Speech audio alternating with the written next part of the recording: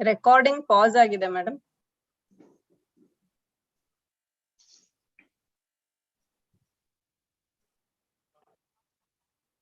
I have started the recording. Right. I'll start the program, sir, with your permission. Please. A warm welcome to one and all on this Monday evening for our webinar series. We had our first series by Honorable Justice Billappa on Friday, and this is the second speaker. We are having our own alumni, Mr. Suhail Ahmed, who practices exclusively on the corporate side and on real estate side. So we are today, Mr. Suhail Ahmed will be delivering one of the most debated law, RERA for the short form, full form, Real Estate Regulation and Development Act 2016. We are waiting to hear our speaker. Before that, I request Professor Kempegowda, our beloved principal, to deliver the welcome speech. Over to you, sir. Yes. Thank you, Pratima. Good evening, friends. As we all know, this is the first series of webinar organized by Janata Education Society's Vivekananda College of Law as an IQAC initiative in association with our alumni association. As Pratima rightly mentioned, the first lecture has been inaugurated by none other than Honorable Justice Professor Billappa, sir. This is the second lecture. We have amidst us Mr. S. Suhail Ahmed, who is an alumnus of Vivekananda College of Law. And it's my proud privilege to give his brief profile to all of you. He is the founder partner of the law firm Trial Based Advocates based in Bangalore. He is the principal legal consultant for RERA Consultants LLP, a consultancy firm offering RERA related services in Karnataka, Telangana, Andhra, Kerala, and Tamil Nadu. He is the Rotarian for past 12 years, member of Rotary Raj Mahal Villas, Bangalore. He is the practicing in the field of property laws, corporate laws, and other civil laws, having more than 20 years of experience in the field of property laws. Former chairman of legal committee and member of core committee of National Real Estate Development Council, Karnataka. Is the convener of legal and government policies committees, NAREDCO, Karnataka. Member anti-ragging committee and committee for stem cell research at Jawaharlal Nehru Center for Advanced Scientific Research, Bangalore. He has contributed to the spread of awareness of the RERA Act 2016 across the southern states, that is Karnataka, Telangana, Andhra, Kerala, and Tamil Nadu.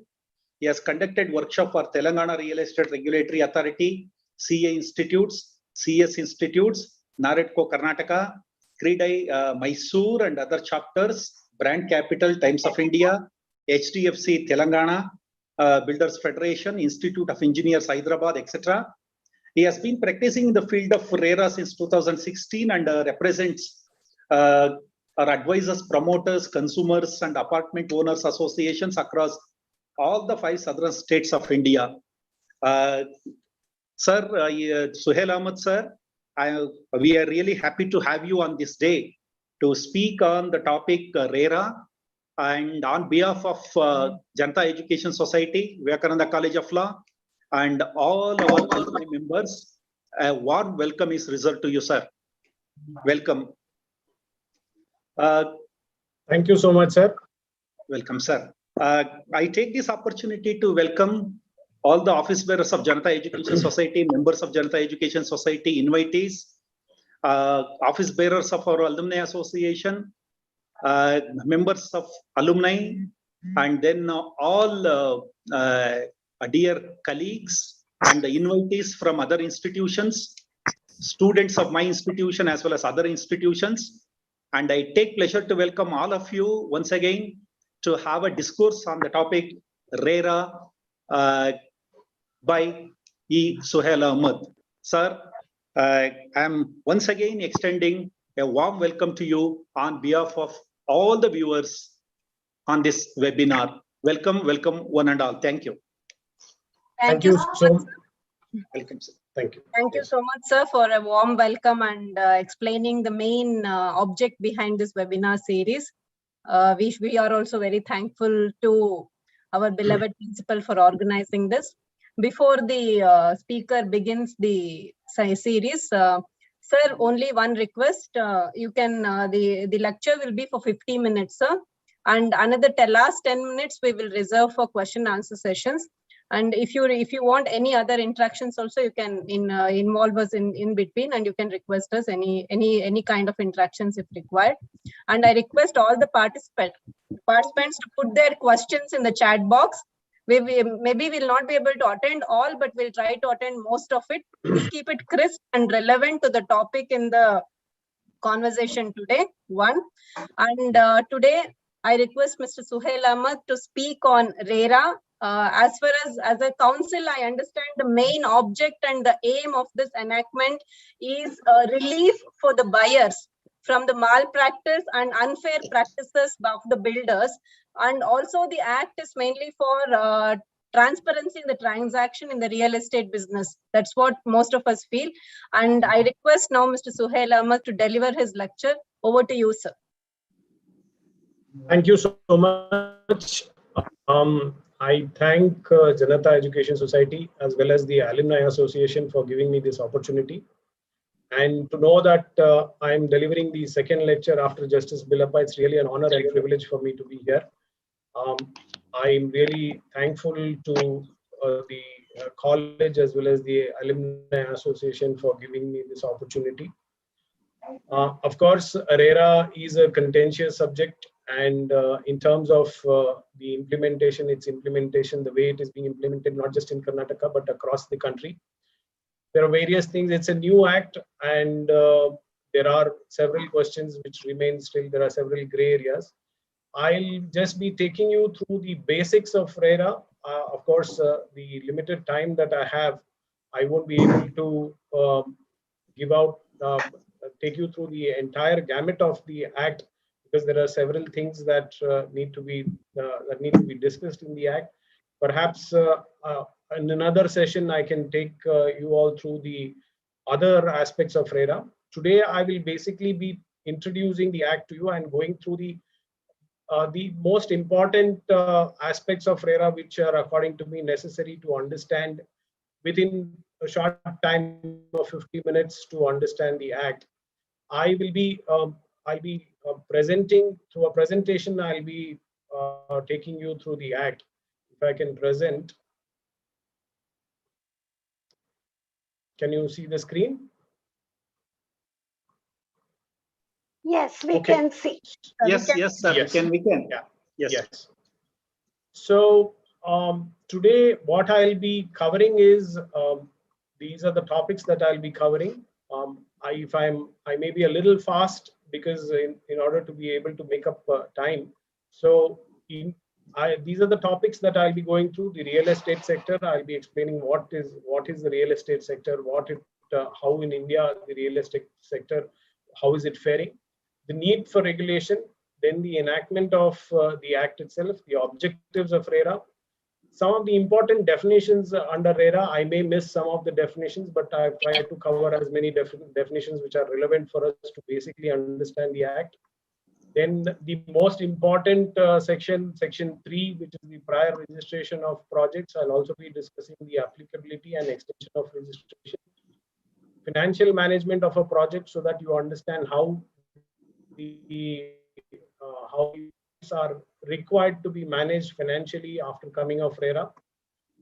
Complaints, adjudication and dispute resolution under RERA, and sections 12, 14, 18 and 19, under which the complaints, resolve all issues relating to sections 12, 14, 18 and 19, because the complaints under section 31 can be filed to seek adjudication of compensation under these sections. So I'll be taking you through these sections. Then appeals, constitution of regulatory authority and appellate tribunal, penalties, and 2 very important decisions under the act. So before going further, we need to understand what the real estate sector in India, how large it is in India. It's it's the second largest employer after agriculture. That is the status of the real estate sector. The real estate industry employs the second largest workforce after agriculture. So that is how large it is. And it contributes about 6.5 to 7% of the India's GDP. And as of 2016, there were about 77,044 companies which were involved in this business. I'm sure by 2021 we must have grown much more. And there are in approximately every year there are about 2,400 to 4,500 projects which are launched across India with an investment value of about 14 lakh crores. That's how large the industry is. And the sector is expected to reach 1 trillion by 2030. And by 2025, it will contribute 13% of country's GDP. So which means that it's one of the most important sectors. And so far, it did not have a regulator. So only with the coming of RERA did the regulation of the industry happen. We know for a fact that the RBI Act and the other allied acts control the issue of currency and regulate banking and finance. SEBI controls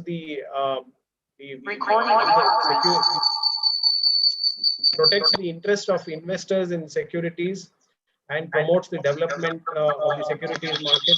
Similarly, for insurance sector, we have the IRDA, and for food safety and standards, we have the FSSAI Act 2006. Real estate sector remained unregulated till RERA, which came in 2017. So the RERA Act didn't just come in to regulate, but it was also to remedy the mischief that was existing in the industry. We know for a fact, not only as students of law and practicing lawyers, we ourselves are also allottees in projects. We also, many of us have personally suffered because of the mischief that existed in the industry, which of course still exists in the industry. It's still the law being just, we have completed 5 years. It's still a lot of gray areas. A lot of things needs to be addressed. So we ourselves are also somehow affected because of the mischief that exists in the industry by virtue of the non-adherence to so many things in the industry. So why RERA? Because everyone was in the real estate business, whether qualified, capable or not. We know the progression of a real estate. A promoter is first he is a contractor or a real estate agent. Then he becomes a promoter or a developer.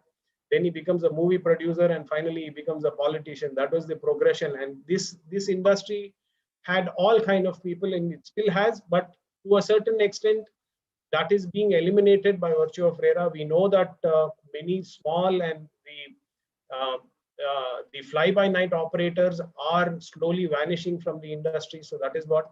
So the next is time, and in being immovable property, initiation and completion of projects is time consuming and uncertain. We have seen innumerable delays. We have projects which have been going on for almost 10 to 12 years and now which are yet to be completed. Many allottees are suffering. And there are many promoters who have literally abandoned the projects, leaving all the allottees in doldrums. There was no transparency and accountability, no financial discipline in managing money collected from consumers. Many a times promoters have collected huge sums of money and have vanished, leaving the consumers in a lurch. There are large scale of consumer disputes, and the resolution is time consuming and also burdens the judiciary. No standardization of agreements. We had one promoter giving you a 2-page agreement, another promoter giving us a 50-page agreement, and we have a plethora of judgments in which it has been held that most of the agreements which these promoters would execute were one-sided. And last but not the least, no authority to look into development and promotion of the industry. We of course had the COFA, which is the Karnataka Ownership Flats Regulation of Promotion of Construction, Sale, Management and Transfer Act 1972. But there was no regulatory authority, there was no regulatory mechanism, though there were penal consequences under that act also, but it wasn't It wasn't at all followed, though it was an act enacted in 1972, which is similar to the Real Estate Regulation and Development Act. It has many of the sections are similar, but it wasn't implemented. There was no authority to enforce those provisions of law. So then, to correct all of this, the Real Estate Regulation and Development Act has been enacted. The bill got approval of Rajya Sabha on 10th March 2016 and by Lok Sabha on 15th March 2016. And the act came into force on 1/5/2016. Out of 69 out of 92 sections came into force on 1/5/2016, and the remaining sections came into force on 1/5/2017. So, which is when all the operative portions or the sections under which the promoters were required to register their projects, and all other sections which were operative in the sense that where the promoters were supposed to register, the real estate agents were supposed to register, all those came into force on 1/5/2017. So effectively, the act came into force on 1/5/2017. So the act under section 20 empowered the state governments to establish the Real Estate Regulatory Authority. This was to be done within 1 year from the date of commencement of the, that is within 1 year from 1/5/2016. Of course, the only state which did this was Maharashtra. All other states delayed, including Karnataka. We had the interim authority up to 2019. I think only in 2019, sometime in 2019, March 2019, as I remember correctly, was the Karnataka government established the Real Estate Regulatory Authority. And under section 43, empowered the state governments to establish the Real Estate Appellate Tribunal. Until the establishment of the Real Estate Tribunal, KAT was the interim appellate tribunal, and thereafter the Real Estate Tribunal was established in Karnataka. And section 84 empowered the state governments to make rules, and these rules were notified on 10/7/2017 in Karnataka. So these are the basics of the act. Next, we'll move on to the objects of the act. So just like Pratima Madam said, the act has been enacted to ensure accountability towards allottees and protect their interest. So prior to this, it wasn't that the interest was not protected. Of course, we had the Consumer Protection Act, but that was only remedial in nature. It is in the sense that it was post facto. The only thing that you could have sought for under the Consumer Protection Act was compensation for any loss that has accrued or compensation for any deficiency in service. There were no remedial measures that were available for an allottee under the Consumer Protection Act, which is what the RERA remedies now to a large extent. So it ensures accountability. Next is it infuses transparency, ensures fair play, and reduces fraud and delays. In terms of fair play, we know that there were many promoters who would violate the building bylaws, who would construct buildings in violation of the building bylaws. Thereby, a promoter who is constructing, who is doing everything by the book, and a promoter who's not adhering to the building bylaws, they would construct additional floors, they would violate the setback violations were there. Many allottees would purchase into these projects which did not have the requisite sanctions.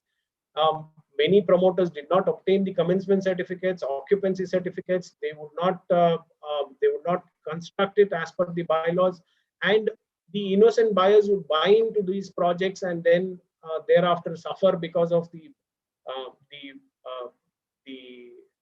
violations which were done by these developers. And next is to introduce professionalism and pan-India standardization.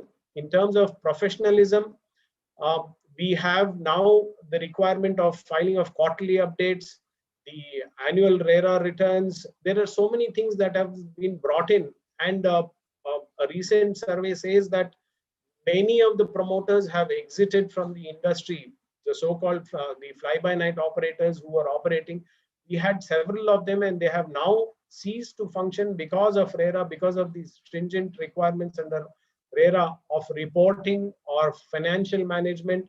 So these things have brought in professionalism, and I'm sure over a period of time, the promoters, of course, because of the ongoing projects which existed from as on the date of the commencement of the Act, and which are still ongoing, there is still a lot of heartburn in the for the allottees, which over a period of time should stabilize once over a period of time all these ongoing projects are completed and new projects which are getting registered, because all the promoters would have to adhere to the same requirements.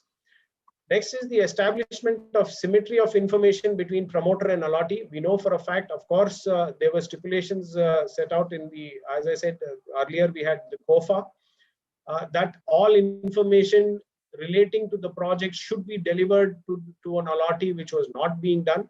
Not that it is being done now also, but it is a right for an allottee to seek for this information now. And if that information is not given, it gives the authority to an allottee to go before the authority to file a complaint against a promoter if these things are not done. Next is imposing certain responsibilities on both promoter and allottees by way of duties. A promoter is expected to do many things, and allottees are also cast duties in terms of making payments on time, in terms of getting conveyances, in terms of coming forward and forming the association. Next is the establishment of regulatory oversight mechanism to enforce contract. So with the coming of RERA, the jurisdiction of civil court, the civil courts do not have any jurisdiction over any matters relating to real estate. So, and there is a time stipulated within which these complaints which come before the authority or the adjudicating officer have to be disposed of. So which means that there is a slight bit of the disputes can be adjudicated in a faster manner, fast track with the fast track dispute resolution mechanism. Next is promote good governance in the sector, which in turn would create investor confidence. So these are the objects with which the Act has been enacted.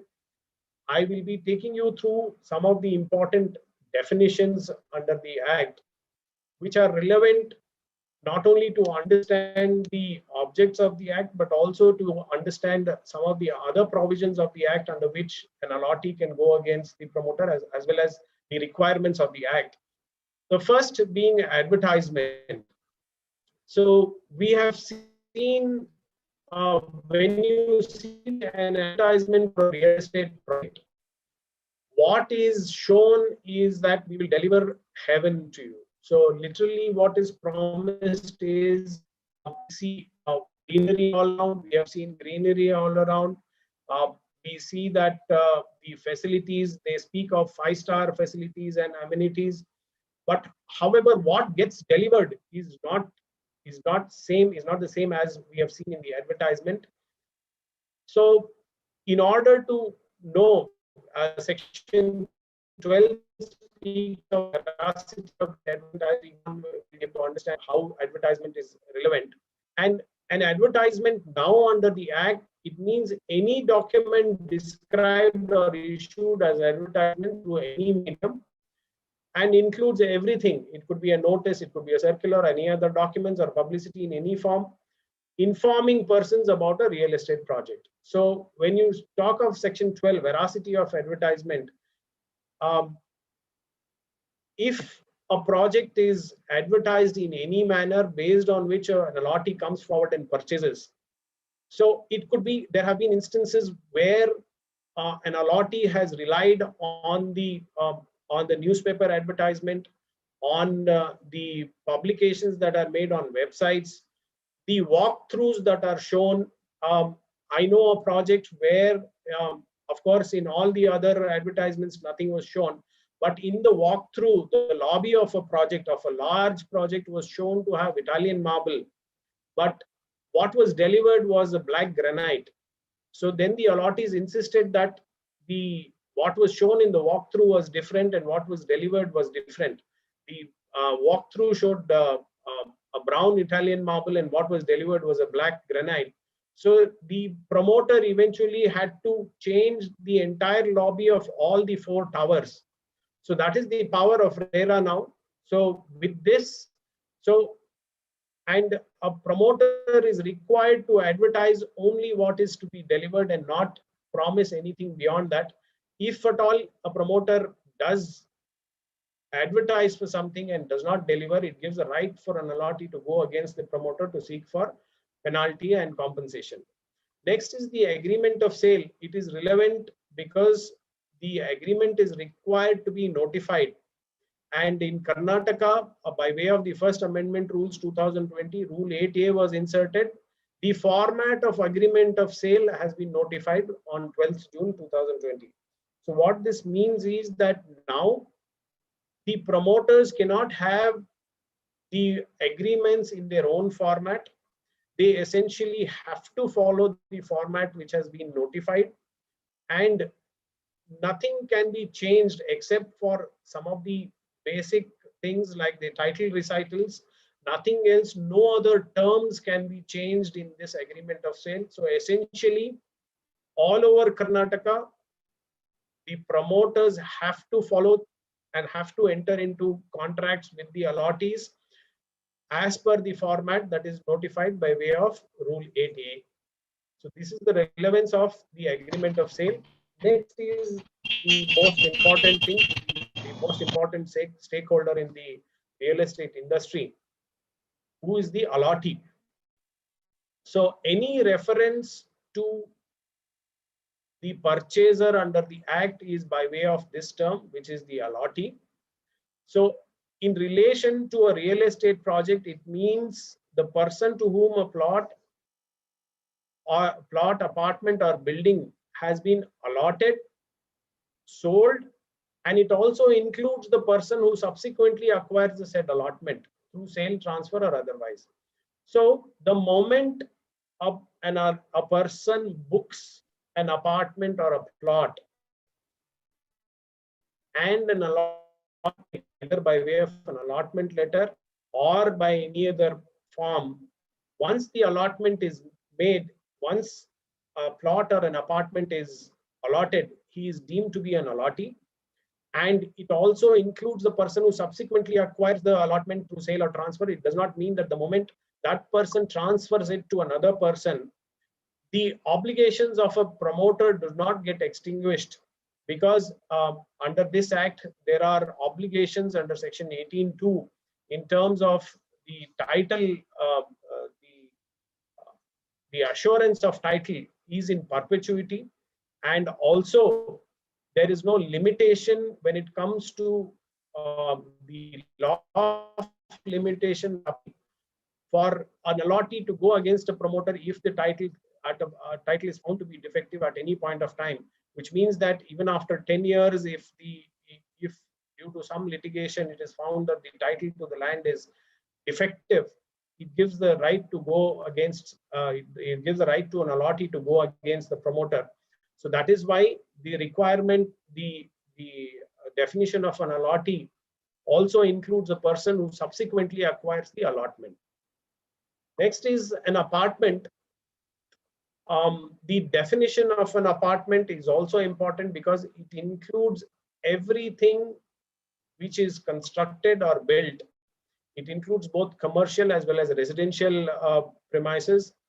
Whatever it may be called, it could be called a block, chamber, dwelling unit, flat, office, showroom, spa, shop, godown, premises, tenement, anything, whatever, in whatever manner a developer or a promoter defines the building or a portion of a building and sells it to an allottee, it is all included now in the definition of an apartment, and it gives a right for an allottee to go against the promoter in the event of there being any violation of the provisions of the Act.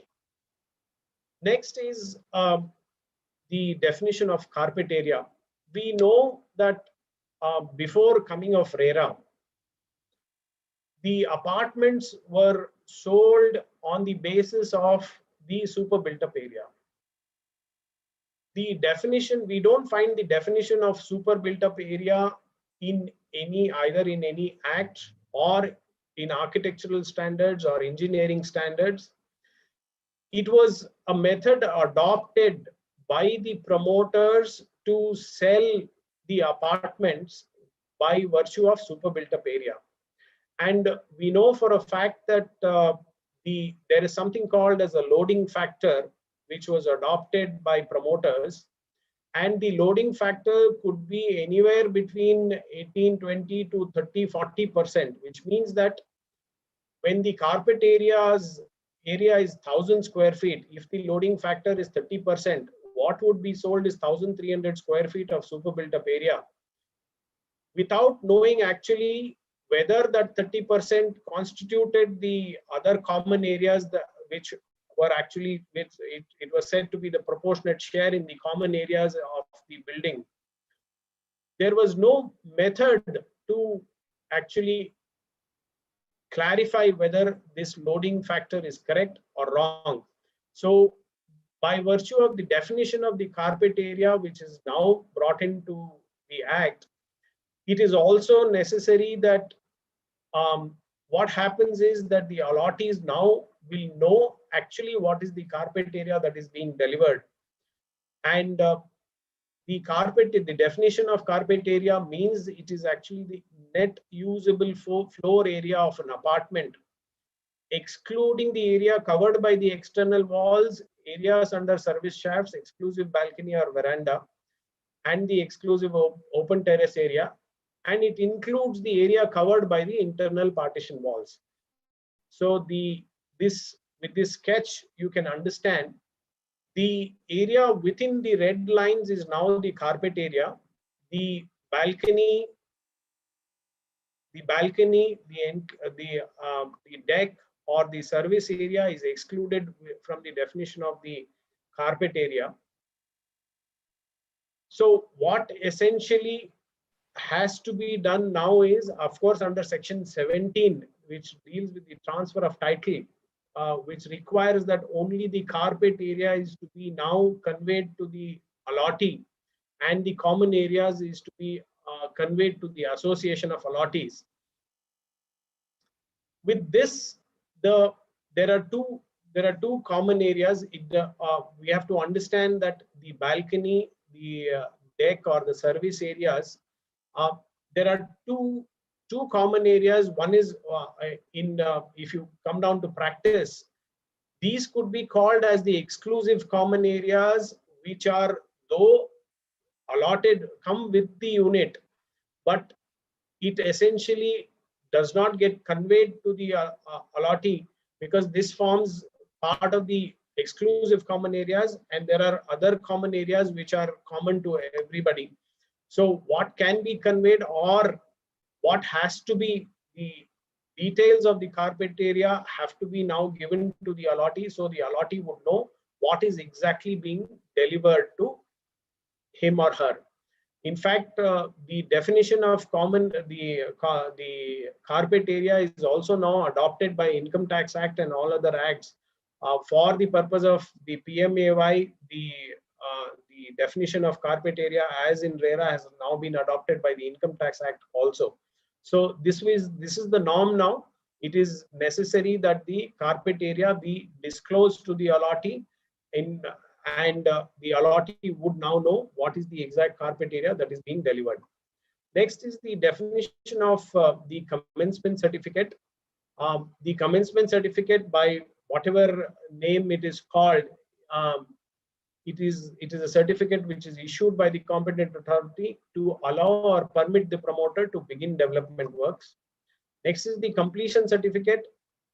The completion certificate or such other certificate, by whatever name called, it is issued by a competent authority certifying that the real estate project has been developed according to the sanction plan, layout plan and specification.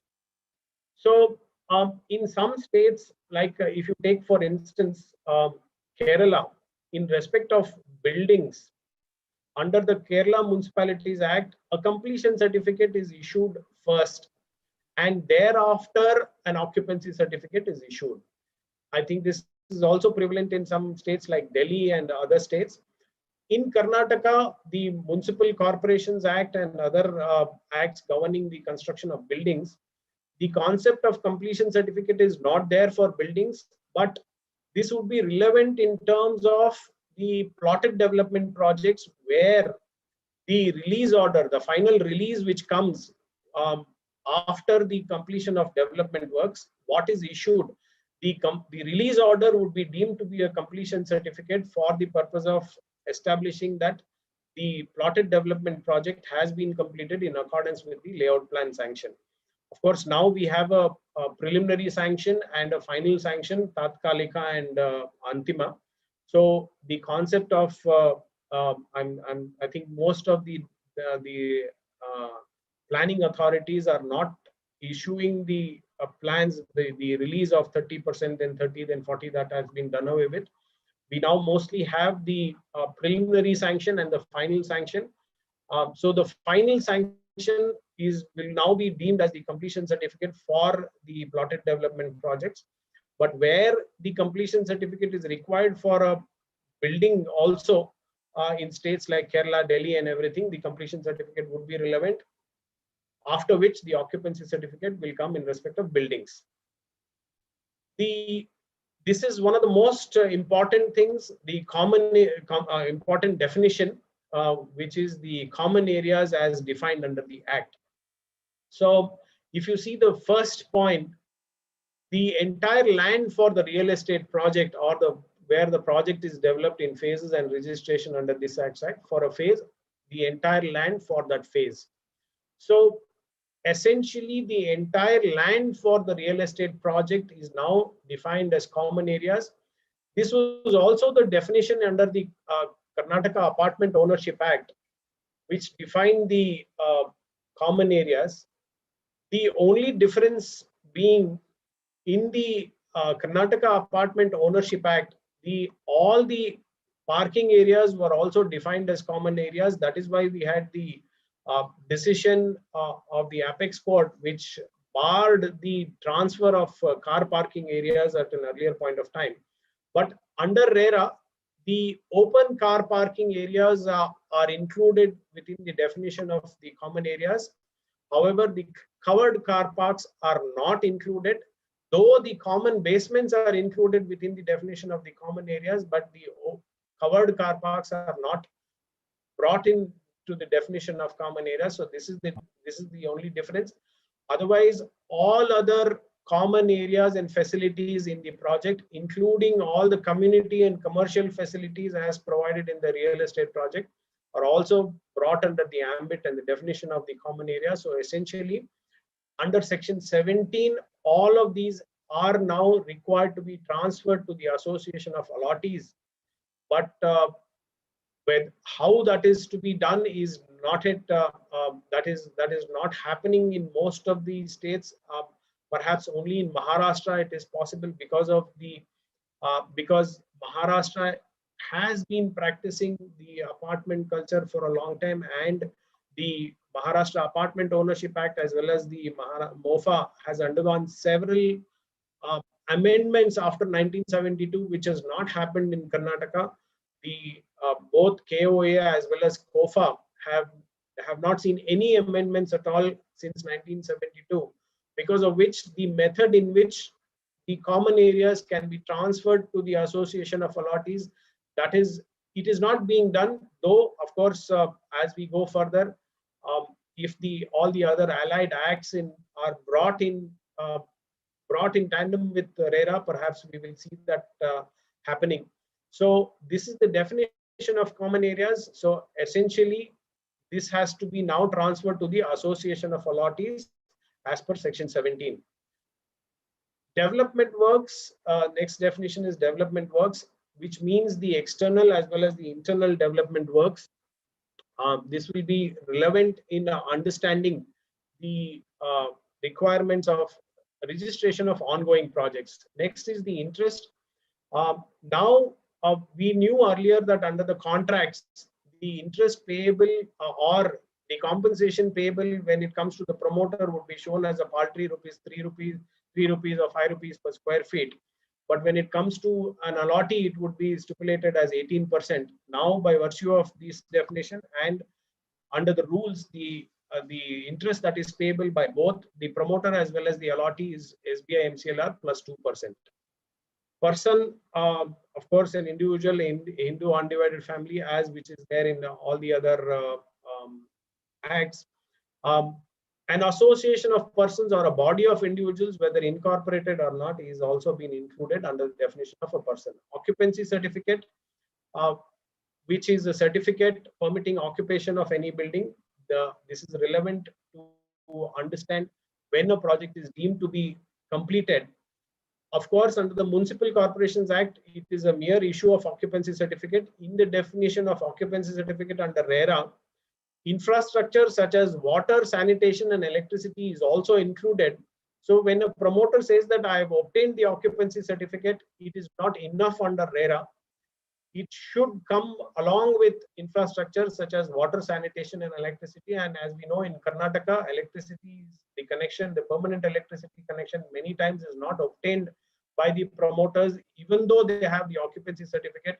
So by virtue of this definition, in fact, Karnataka RERA in one of the projects recently, which was completed way back, has held that because though the project was completed about 10 or 12 years back, because it did not have the permanent electricity and the occupancy certificate, it is required to be registered. So that was the order passed by Karnataka RERA recently. Next is the definition of promoter. Now, a person who constructs or causes to be constructed an independent building is deemed to be a promoter, which means that in a joint development, the developer as well as the landowner are now deemed to be promoters. All the authorities, including Karnataka RERA, has issued various circulars to say that both of them are deemed to be promoters under the Act. And next is any development authority or any other public body are also now deemed to be promoters under the Act, including the cooperative societies. So anybody who develops real estate and intends to sell either the entire thing or a portion of it is now deemed to be a promoter under the Act. In fact, BDA, Karnataka Housing Board, everybody is now deemed to be a promoter. And recently, in fact, the Slum Development Board, which has many projects in Karnataka, the central government refused to pay out the money and including the subsidies until all the projects which are developed by the Slum Development Board are registered under the Act. So we have seen about 80-90 projects by Slum Development Board being registered under the Act now. So everybody who is selling real estate is deemed to be a promoter and is required to register the project. Next is the definition of the real estate agent.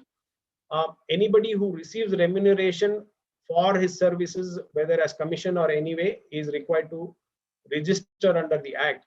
There are two registrations that are required under the Act. One is a project, and then the next is the real estate agent. These are the two registrations that are required. It is not the promoter who has to register, but the real estate agent who has to register. The real estate project, development of a building or development of land into plots, everything is brought under the ambit of the Act. The moment there is any property is developed and there is an intention to sell, that is deemed to be a real estate project. Coming to section 3, which mandates prior registration of a real estate project with Real Estate Regulatory Authority. It is now an offense if a promoter advertises, markets, books, sells or offers for sale or invites persons to purchase anything in a real estate project without the prior registration of a project. It is an offense under section 59 if a promoter advertises, and there have been instances where various authorities have imposed penalty. The penalty is up to 10% of the estimated cost of the project. Even in Karnataka, we have seen instances of 1% being levied. In many cases where the projects are large, that amounts to a lot of money. We have seen cases where 70 lakhs, 80 lakhs a penalty has been levied and then the promoters have paid. So before anything is done in respect of a real estate project, so there are no pre-launches. We have seen instances where promoters, even before they start the project, though there was a bar under COFA that without obtaining sanctions, no promoter could have collected money, but that was being done because there was no regulatory authority. Now it is mandatory. And Section 3 mandated that ongoing projects to be registered within a period of 3 months from the date of commencement of the Act, though under the rules, there have been as against the provisions of the Act, the states have notified rules giving certain concessions for ongoing projects, but Rule 4 in Karnataka has certain exclusions, but those exclusions also come with a rider because the qualification in the rules is where all development works have been completed and 60% of the sale deeds have been executed, where all development works have been completed, and an application for issue of the completion certificate has been made as on the date of the notification of the rules. So though there is an exclusion, but the Karnataka, the qualification to say that all development works have been completed is important to be noted there in the rules. And applicability for registration of projects, a project where the land is more than 500 square meters or 5382 square feet is to be registered, and the number of apartments does not exceed 8. That means that the moment there are 9 apartments in a project, the project has to be registered. Where the promoter has received completion certificate as on the date of the commencement of the Act, that is as of 1/5/2017, if a project has received completion certificate, such a project need not be registered.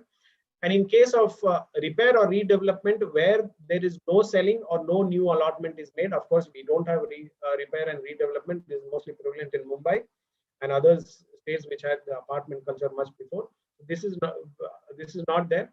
So in effect, if the land is more than 5382 square feet or the number of apartments are 9 more than 8, then the project has required to be registered under the Act. Can I take another 10 minutes? I'll quickly finish. Pratima? Yes, you can take. Yeah. Please, sir, continue. Next is the financial management of a project. This is also relevant for us to understand in terms of what a promoter is now expected to do. Section 13 mandates that the promoter shall not collect more than 10% of the total price of an apartment or a plot without entering into an agreement and registering the same. So it is now, we saw that under Rule 8A, the format of the agreement is notified.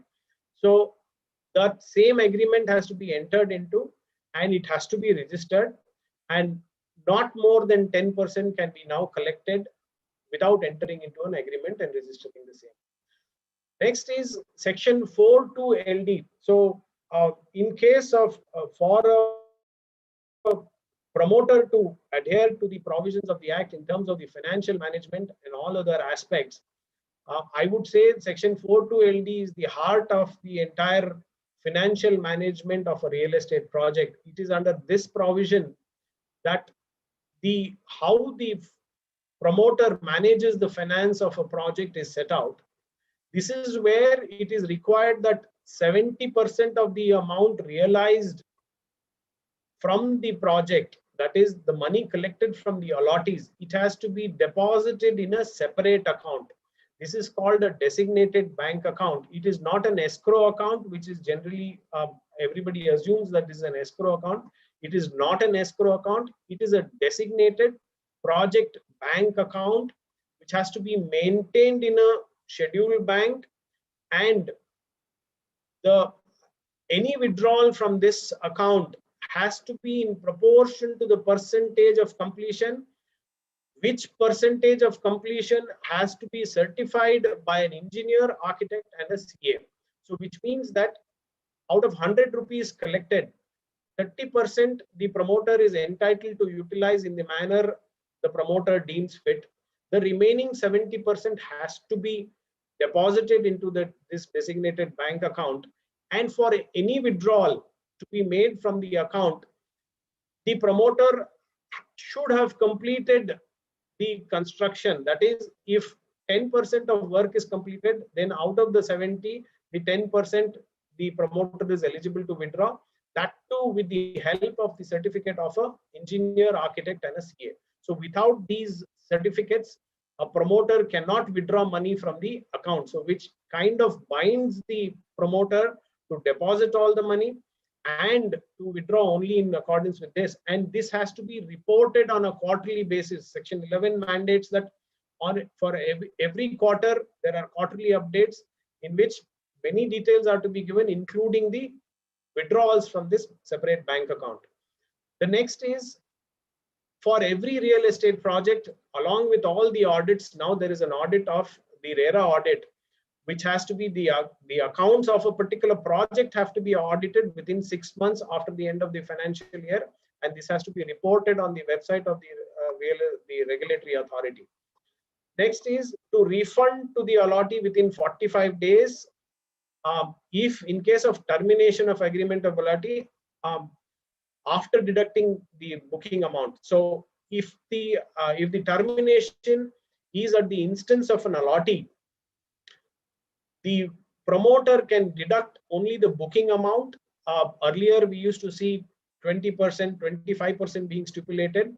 Now only the booking amount can be deducted or deducted from the advance that is paid, which means that it is a maximum of 10%. We saw that under section 13, not more than 10% can be received. So essentially, up to 10%, the promoter can collect it as a booking advance, which is the maximum amount that can be deducted if in case of the allottee terminating.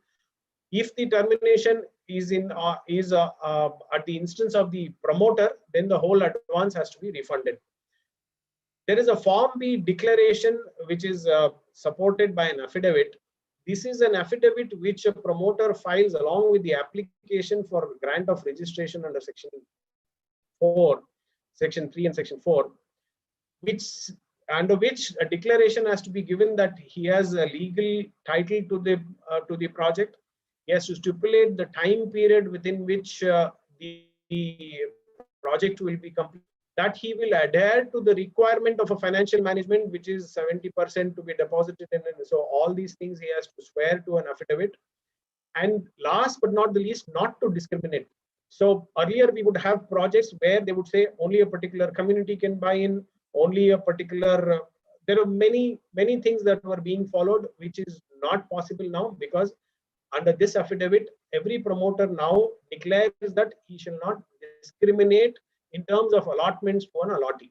So this is the financial management. Next, coming to adjudication, the power to adjudicate is given under section 71 for the purpose of adjudging compensation under sections 12, 14, 18, and 19, for which an adjudicating officer is to be appointed by the real estate regulatory authority, and this adjudicating officer will be a retired district judge. We have one adjudicating officer in Karnataka.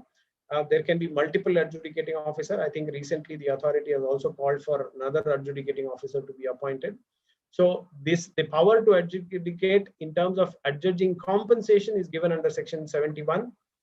And any person whose complaint in respect of matters covered under sections 12, 14, 18, if it is pending before the Consumer Dispute Redressal Forum, such a complaint can be withdrawn with the permission of such forum and then brought before the adjudicating officer. So this is also possible now. If there's any matter pending before the consumer forum, it can be withdrawn and placed before the adjudicating officer.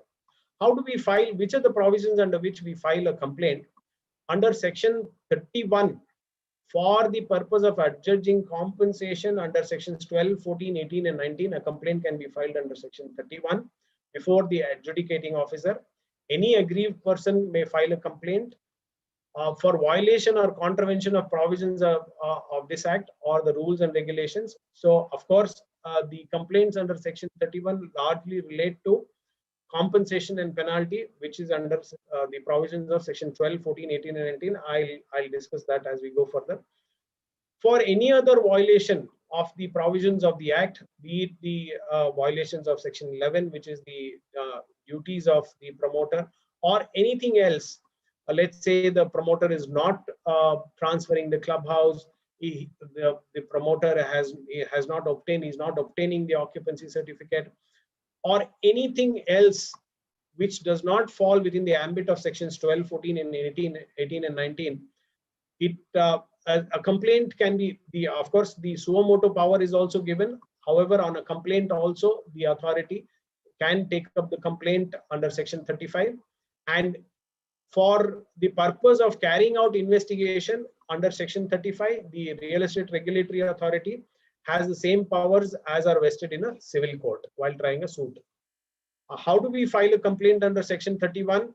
A complaint under section 31 can be filed online. So this is enabled online on the website of the Real Estate Regulatory Authority by paying a fees of 1,000 rupees in the manner prescribed under Rule 30 in Form O, and the adjudicating officer is required to dispose a complaint seeking compensation within 60 days. Of course, this is not happening within 60 days. The complaints are not being disposed of. I think in Karnataka, we have more than about close to about 5,000 complaints pending, 5,000 complaints which have been filed, of which about 2,000 and odd complaints have been disposed of. We have another 3,000 complaints which are pending, and we have only one adjudicating officer. And of course, the Real Estate Regulatory Authority is also hearing complaints. So this is not being done. Of course, an explanation is being given in all the orders that are passed as to why there is a delay, why it has not been disposed of within the 60 days time.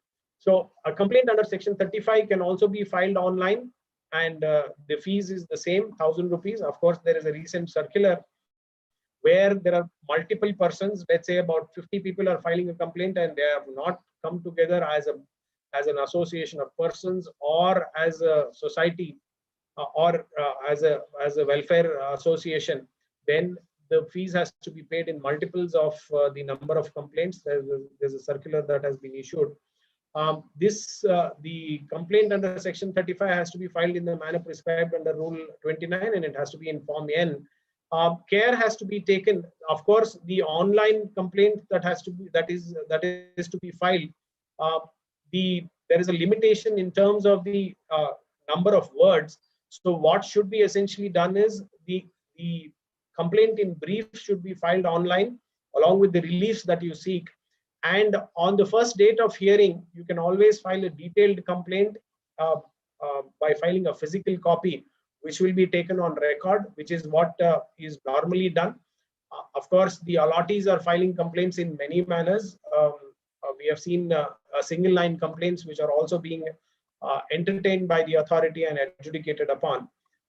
Next, in order to understand what are the provisions under which the compensation can be sought for, we'll discuss sections 12, 14, 18, 19 briefly. I'll just quickly go through this.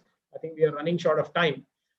Sections 12 deal with the obligations of promoter regarding veracity of advertisement or prospectus, which means that when a person believes the advertisement that is issued by a promoter and makes an advance or a deposit, and by way of a misrepresentation sustains any loss or damage, then an allottee has a right to go against the promoter to recover the losses that has been that an allottee sustains by virtue of the misrepresentations made in the advertisement. It also includes a model apartment. We have seen many a times that the model apartment, the promoters tend to show the roof to be 1 feet higher, a puja room being 6 inches wider. There are many things which the promoters, many malpractices which the promoters adopt to show something and then induce a buyer to purchase an apartment, and then what actually gets delivered is something else. So now the Act empowers an allottee to go against the promoter if what is shown in the advertisement is not being delivered. There are many instances, many complaints are being filed in this regard and being adjudicated. Next is the section 14, which deals with the adherence to sanction plans and specifications by a promoter. In case of minor modification, now a promoter is required to take the permission from that particular allottee. Let's say that only the tiles in a particular room is being changed, then the promoter is required to take permission from that individual allottee to say that because of this reason, we are changing the tiles or we are changing some of the specifications in that individual apartment, then individual sanction has to be taken. If there is any major modification in terms of the modifications to the sanction plan itself, then now the promoter is required to take the permission of the consent of 2/3 of the allottees in the project, and this 2/3 excludes the promoter. That is, the promoter cannot vote even if the promoter holds majority of the apartments. And the last is the defect liability, earlier which used to be only limited for 1 year, now it is extended to 5 years, and from the date of the possession of the apartment or plot that is given to the allottee. And the moment the allottee brings it to the notice that there is a defect in the workmanship or anything else, the promoter is now required to rectify the defect within 30 days. And if it is not done, then the allottee gets a right to file a complaint and recover any loss that is accrued, which is sustained by the allottee for the defect that is not rectified. Of course, it becomes essential for an allottee to establish the defect scientifically, which is what also is required under the Consumer Protection Act. Next is Section 18, which is I would say 60 to 70% of the complaints are filed under Section 18, which deals with return of amount and compensation. That is, if a promoter fails to complete or is unable to give possession of an apartment, plot, or building, either in terms with the agreement of sale or due to discontinuance of the business as a developer, then if the allottee intends to withdraw from the project, the promoter is required to return the amount received with interest. And where the allottee does not intend to withdraw from the project, the promoter is expected to give interest for every month of delay till handing over of possession. So most of the complaints, we know that most of the real estate project, there is inevitably there is a delay. So it is under this provision that the allottees can seek for compensation. Of course, the factors, there are certain factors enumerated under Section 72, which will have to be considered while the compensation is to be granted. We will discuss that at a later point of time. This also, Section 18 also empowers the allottee to seek for compensation if the promoter fails to discharge any other obligations under the Act or in accordance with the terms and conditions of the agreement of sale. And as I discussed earlier, in case of any loss caused to an allottee due to defective title of land, an allottee can go against the promoter, and such a claim for compensation under this subsection shall not be barred by limitation provided under the law. Section 19 deals with the rights and duties of the allottees. Certain duties are cast on the allottees, like I said earlier, to make payments as specified under the agreement of sale, and to pay interest in case of any delay, and to participate in the formation of an association. So it is not only an allottee who gets a right to file a complaint against the promoter, but now we have complaints which are filed by promoters against allottees, where the allottees, though they enter into an agreement, they register the agreement, and then they don't come forward to make the payments. Which what happens is the promoter then cannot sell that apartment to anybody, apartment or plot to anybody. Then these allottees are not making payments, in which case complaints are now being filed by promoters also against the allottees, and the promoters also now get a right to seek for relief against the allottees. Next is appeals, Section 44, which deals with the appeals. Any person aggrieved by any direction or order or decision of the authority or the adjudicating officer may prefer an appeal to the appellate tribunal, and every appeal made under this shall be preferred within a period of 60 days from the date on which the copy of direction or order is received. And the fees to be paid for filing an appeal is Rs 5,000. In case of a promoter filing an appeal where the promoter is challenging an order passed levying either penalty, interest, or compensation, under the proviso to section 43(5), a promoter is now required to deposit 100% of the total amount to be paid to the allottee by virtue of that order. In case of penalty, that is a penalty levied by the authority for violation of the provisions, let's say for non-registration of the project, for giving false information, or for violating another provisions of the act. In case if it is a penalty, then only 30%. Of course, when we started filing appeals at the initial stage, only 30% we were paying when we filed before the interim tribunal, which is the KAT. But now the real estate tribunal is insisting on 100% of the amount to be paid in case of a promoter. This is specific to a promoter, which means that if a complaint is filed under section 19 and penalty is levied on the allottee, then the allottee would only pay 5,000 and not the entire amount. So this is only in case of a promoter filing an appeal. So proviso to section. So a second appeal can be filed under section 58. Of course, within 60 days, this will lie with the High Court on the ground specified in section 100 of CPC. Then I'll just take 5 more minutes. The recovery of interest or penalty or compensation is under section 40. This is not 44, it is 40. Where a promoter or an allottee or a real estate agent fails to pay any interest or compensation as imposed in an order, either passed by the authority or the adjudicating officer or the appellate tribunal, it can be recovered in such manner as may be prescribed as arrears of land revenue.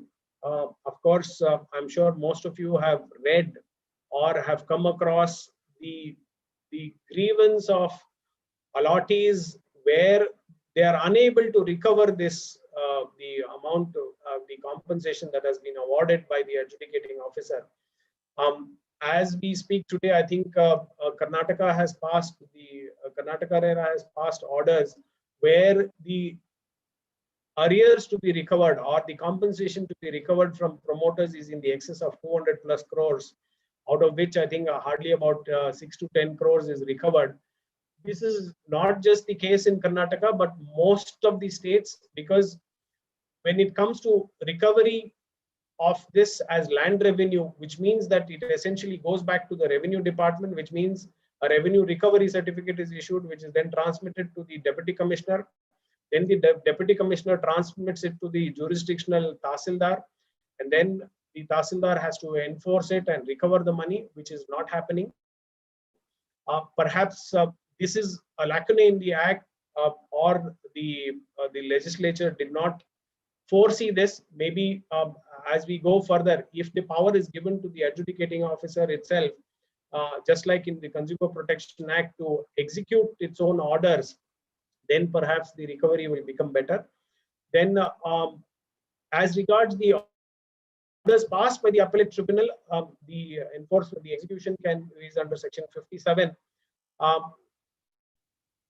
In such cases, it can be it is the orders passed by the appellate tribunal are executable as a decree of civil court, and the appellate tribunal can also transmit this to the jurisdictional civil court for the money to be recovered. Then the composition of the regulatory authority and appellate tribunal. The regulatory authority consists of a chairperson. The chairperson is somebody who has held the post of an additional secretary to central government or any equivalent post in state government, and not less than 2 whole-time members. Currently, we have 1 chairperson and 2 members. The chairperson is a retired IPS officer. One of the member is also another member is a retired IPS officer, and the third member is a retired IRS officer. Then the appellate tribunal, there is a chairperson is the composition of appellate tribunal. It has a chairperson and 2 whole-time members. The chairperson is somebody who has been a retired judge of a high court, and 2 whole-time members, of which one is a judicial member and the other is a technical and administrative member. Then penalties, the penalties are huge under the Act, which is what makes the promoters adhere to the provisions of the Act and comply with the requirements. When a promoter does not register the project, the penalty can be up to 10%. If an agent does not register, then it is 10% per day or per day during the default, or 5% of the property cost, that is the property which the agent has facilitated in selling. Providing false information is 5% of the estimated cost of the project. Non-compliance with any provisions of the Act up to 5%. In case of a promoter estimated cost of the project, then non-compliance with the order of RERA up to 5%. In case of a promoter, in case of an agent, it is 5% of the cost of the property cost. In case of an allottee also, if there is an order passed directing an allottee to participate in the formation of an association or to pay the interest on the delayed payments, then the allottee, if the allottee does not adhere to that direction, then also the allottee also becomes liable to pay the penalty. Non-compliance with the order of the appellate tribunal, 10% in case of a promoter, 10% in case of an agent, and similarly 10% in case of an allottee. In addition to that, there is a promoter can be imprisoned up to 3 years. An allottee can be imprisoned to 1 year, and an agent up to 1 year, and allottee up to 3 years. So one of the most important decisions is Nilkamal Suburban Private Limited versus Union of India, wherein various provisions and portions of the provisions of various acts were challenged. The constitutional validity of these provisions were challenged, and the apex court, Bombay High Court, to decide on this matter, and the Bombay High Court has held that all these provisions, the constitutional validity of these provisions was upheld in this decision. The next is Radicon Infrastructure and Housing Private Limited versus Karan Dayani, wherein the proviso to section 43(5) regarding deposit of 100% of amount awarded as penalty and compensation, by virtue of which, of course, the Karnataka Appellate Tribunal is insisting on 100% deposit. Many other states are still only collecting 30%. But in Karnataka, for a promoter to file an appeal, 100% of the amount awarded has to be deposited before filing the appeal. So this is all. I'm sorry, I think I went ahead by 15 minutes. I can take any questions that are there. If time permits, I can quickly take some questions. Thank you very much, sir. It is an erudite lecture on the topic, and I congratulate you because it is a topic which requires more number of what you call the time to discuss various provisions of the Act, which is very, very important one, and we are all really benefited, for which I congratulate you for some of your discussion within 1 hour on this important legislation. Thank you very much, sir.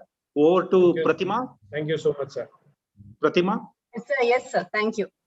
Please. So before I get into the questions, sir, I request all the participants who have joined the webinar to fill in the participant certificate and a web link which is provided. You will be given a participation certificate, and there is also a feedback form. Kindly fill in the same. That is one. And sir, I will just take some questions which have come in. I'll just point it out, sir. Yeah. Yes. One question is from Mr. Srinivasan from Coimbatore, Tamil Nadu. He has asked a question, sir. Who can register in RERA? Individual real estate agent can register in RERA. One of my friend who is registered in Udayam registration certificate, is it a proprietorship? Can he register in RERA? I think his question is whether it has to be an individual or a company or a proprietorship. Okay, when it comes to registration of a real estate agent, an individual can register. there is a difference in payment of fees when it comes to an individual or when it comes to an entity.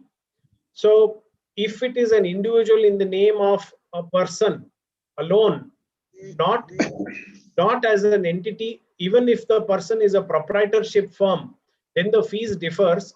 And in Karnataka, for an individual to register, it is 25,000. When it comes to even a proprietorship firm, the fees goes up to, I think, about 2 lakhs. So that is the difference. Otherwise, there is no bar in an individual registering or a proprietorship or a company or LLP. Anybody can register as a real estate agent. Thank you, sir. I think his question is answered. There is another question from K. Subramanya. How RERA helps to ratify the mistakes happened before implementation of the act? Can a person buy an old property developed in violation of the present act?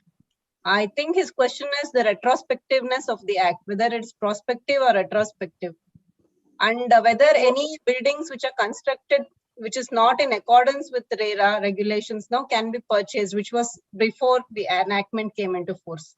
Of course, now if a purchase is happening now in violation, I'm not able to judge the question, because his question is, can I purchase a property which is built in violation? Of course, it cannot be purchased. And by virtue of various decisions, complaints, if it is resolution of a dispute, various judgments have been rendered, various orders are passed. There is no stipulation in the act to say that a complaint can be filed only in respect of a registered project. Essentially, most of the authorities are entertaining complaints in respect of unregistered projects where there has been a violation, like the instance I spoke of, where the project was sold way back about 10 years back. A complaint has been entertained. A separate number is given saying unregistered project. So when a complaint is filed, CMP UR, UR stands for unregistered projects. Unregistered projects, complaints in respect of unregistered projects are also entertained. If there is a violation of the building bylaws or anything, you are certainly entitled to file a complaint before at least the Karnataka Real Estate Regulatory Authority is entertaining complaints in respect of unregistered projects. So even if you file a complaint in respect of a project which was developed prior to coming of RERA, the complaint will be entertained and you will be heard. Thank you, sir. There's another question from one of our alumni, Raghavendra S. Rao. His question is, sir, can RERA punish the promoter for disobedience of its order? There's another question with that. One is whether RERA can punish. Second is, do you prefer RERA or the new Consumer Protection Act? Okay. Yes, certainly for non-adherence of the orders that are passed by the authority. Section 63 empowers the authority to penalize the promoter. And in many instances, this provision has been used by authorities to penalize the promoters. Whether that acts as a deterrent or not, that is a question that needs to, as we go further, we will see. Whether the Consumer Protection Act is better or RERA is better, I would certainly say RERA is better.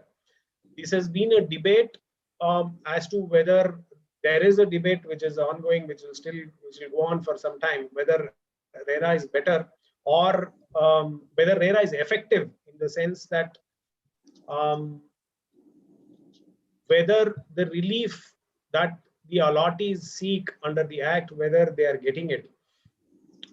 In my view, Consumer Protection Act comes in post facto in terms of when there is a deficiency in service, what you can seek for is compensation.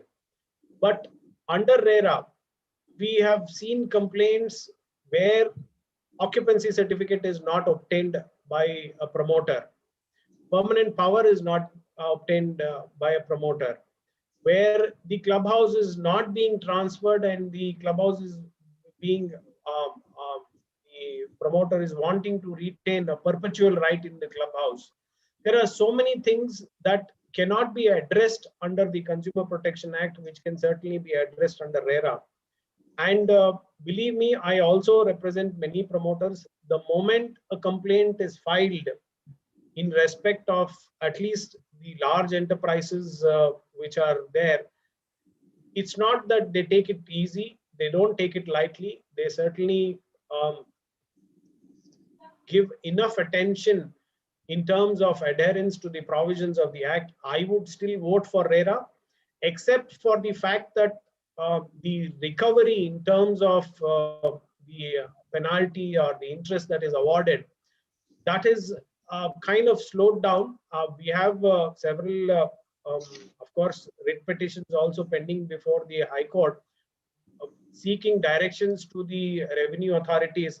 Perhaps if any mandate is given in any of these writ petitions in terms of the revenue authorities to do so within a stipulated time, if that happens in one of those writ petitions, then it will set a precedent which can then be used to force the revenue authorities to enforce these orders and collect the money in a better way, in a faster way, which will then give relief to the allottees. I would still vote for RERA because it covers much more ground than the Consumer Protection Act.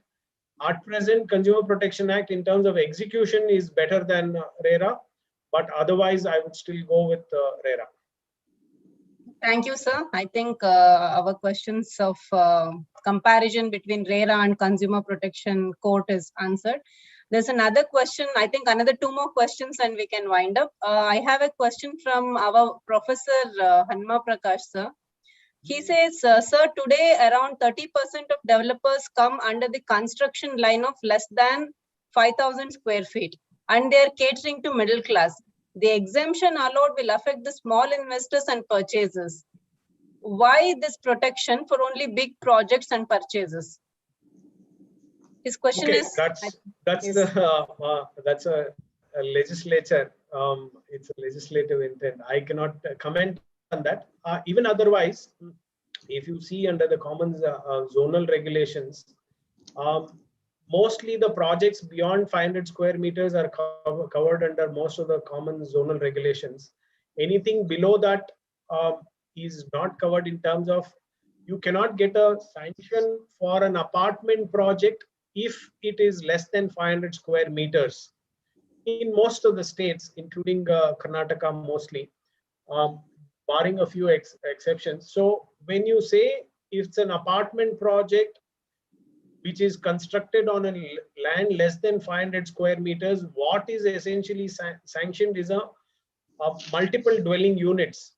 So multiple dwelling units having 3 or 4 kitchens, it is not deemed to be an apartment. So that may be the intent with which the exclusion is given for any apartment, for any projects which are less than 500 square meters. However, under the very same provision, the authority has the power, the suo motu power, to bring within the ambit of the Act any projects which do not meet these requirements also. But none of the authorities have done that. But I don't think it is the intention. The legislative intent is not to include only larger projects, but it may have been done because anything more than 500 square meters, then it becomes enough. Mostly the apartment sanction is given only for lands which are constructed on land measuring more than 500 square meters. That may be the intent, but beyond that, I wouldn't know what is the justification. I wouldn't be able to justify that only larger projects are brought within the ambit, and which allows the promoters to only, or the middle class is affected by this. If we see most of the projects now being developed, 500 square meters is a very small piece of land. And of course, now we have apartments which are built on the so-called 60-40 sites where 2,400 square feet also we have apartments. But that's a risk that the allottees have to take. As we know, the buyers have to be a buyer beware. So the buyers have to take precautions in buying into such projects. which are not covered under RERA, because then the protection of the Act, they will not get the protection of the Act. Thank you, sir. I think we have a question from one of the participants. Yes. Mr. Harish, sir, you can go on. Yeah. Thank you, Pratima. Thank Thank you, Suhail, for a vivid description and explanation on the RERA. Okay. See, Section 16 mandates title insurance under the RERA. True. Okay. Show me one builder who would have taken title insurance. That itself is a gross violation of the RERA in most of the projects, because nobody knows anything about this. The customer, the allottees do not know that there is to be a title insurance obtained. So that there is no bar on limitation as far as defect in title is concerned and things like that. But none of the builders comply with this, to my knowledge, so far at least. One. The other is, do you think the Act is foolproof as far as ensuring that the relief really reaches the hands of the allottee? Sorry, come again, please. The second. Do you think the Act is foolproof to ensure that the real relief reaches the hands of the allottee? Because the builder has the power, money to go on in appeal and appeal and appeal. The money lies in the court deposit. That's a different issue. Executability also is another question mark under the RERA. I was there when I had filed objections in 2009 when the first draft of RERA was published by the Government of India on behalf of the builders as an 18-page objections and suggestions to this RERA.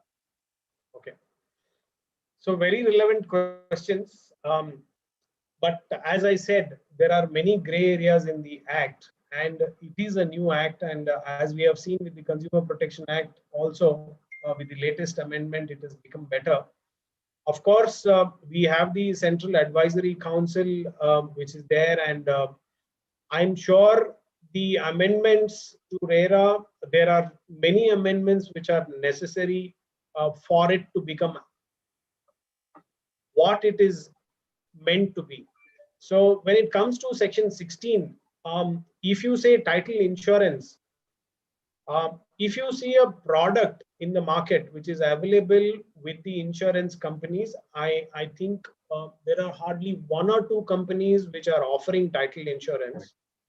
By way of title insurance, what is insured is only the litigation cost. If you see the product, when you say title insurance, if an insurance company is selling a title insurance, what it covers is only the litigation cost. It doesn't cover the cost of the land itself.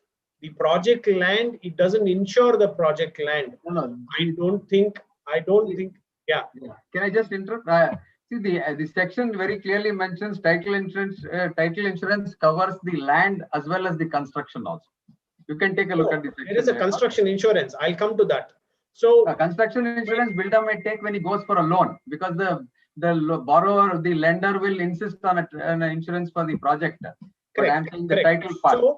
So why the authorities are not insisting on the title insurance, though it is mandated under Section 16, is because one, there is no product available in the market which insures the title to the land, which means if the land is costing 1,000 crores, which means that the entire 1,000 crores of liability the insurer should take in case of a defect. So when there is no product, that is one of the reasons why the authorities are not insisting on this. Perhaps whenever there is a product, I think the government of India also had at one point of time requested the insurance companies to come up with the products where the title can be insured. But so far, whatever I have come across, there were only two policies which I came across. Those only assured litigation cost to be covered, but not the cost of the land in terms of the defect. So that is one of the reasons to say why the authorities are not insisting on the insurance under Section 16. Whether it is foolproof to give relief to the allottees, of course, at this juncture, no. I myself am fighting. Of course, I represent both the promoters as well as the allottees. But I have done everything possible, everything known to law to recover the money that is awarded. We have failed. I'm sure it's not the scene only in Karnataka. In all other states, in all other states. I think it needs the intervention. I think, like I said, if in any of the writ petitions which are pending before the High Court, where we are seeking directions to the revenue authorities to recover the money as land revenue, if there is any precedent where time is stipulated, it may happen. It is a developing law, and we know that even when Consumer Protection Act came, it took some time for it to get the teeth. But I will tell you that the promoters, unless the delinquent ones or the ones who really want to violate, the others are really wary of the act, and I know that they do stand up when anything is initiated by RERA. They do take notice of it. It's not, but many other reliefs. See, the only thing is that it depends on the kind of the promoter. If the promoter is someone who really does not care for the law, then whatever you do, even if he's imprisoned, then even if you file criminal cases, is not bothered. But for those who really want a reputation, credibility, and we know that the act also in some of the states, the rating also is started. The act also mandates that rating can be done by virtue of what they do under RERA. When all this comes, it is also the way the authorities are functioning now. If the authorities also start doing everything what is expected of, see, currently now we are still in the regulatory phase of it. We haven't gone to the development phase of the act also. Like sections 32, 33 are not implemented. See, it has to, the entire ecosystem has to fall in place. The allied acts have to fall in place. So that will happen slowly, perhaps over a period of time. But to a large extent, it has given hope to the allottees. I am an allottee too. I also have a complaint against my own promoter. So I know for a fact that it does give some teeth, some voice to an allottee who never had a voice earlier. So that is the voice. It is the voice. By the time it is heard, when it is heard, of course, it is a little time consuming. As you say, appeal. Yes, the appeal provisions are there. Again, appeals are to be disposed of within 60 days. Because of the sheer volume we have in India, in UP, as you know, I'm sure you know that there are about 60,000 complaints pending. 60,000 in 5 years, so 10,000 in 1 year, and you know how much time it takes. So, and in Karnataka, we have one adjudicating officer sitting over about 3,000, 4,000 complaints. It's humanly not possible. And with the COVID pandemic, it's all added to the delay. So there is a light at the end of the tunnel. I'm sure we remain optimistic, and we'll vouch for RERA and we'll go with it. One last thing, do you think COFA and Apartment Ownership Act, there's a need to be there with the RERA coming into effect? Don't you think these two acts have been more followed in its breach than in their adherence so far, since there's no amendment? And I have been voicing my opinion. I am also an allottee. I am also an advocate for builders as well as allottees for almost 3 decades. Yes. So I have been saying that these two acts should also be repealed. They are some dead letter inspiration. When it comes to COFA, COFA also being regulatory in nature, I think, of course, the recent Bombay High Court judgment has also held that the MOFA is not relevant because of the RERA being there. However, when it comes to KOA, because if you see the objects of KOA, for an apartment to be made heritable and transferable, a deed of declaration is mandated, without which the heritability and the transferability of apartment, or so to speak, the undivided share would not. The concept of undivided share only came with the KOA. So KOA will still be relevant. Of course, again, I think in Maharashtra, we have seen between these two acts, we have seen 80 amendments, and in Karnataka, we have seen 0.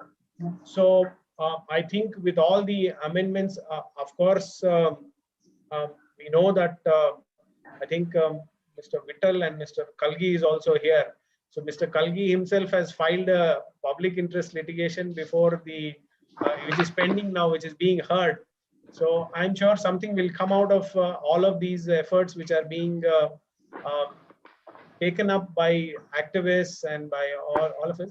Of course, it's a developing phase, but nothing much has been done in terms of how an apartment, how an association has to be formed.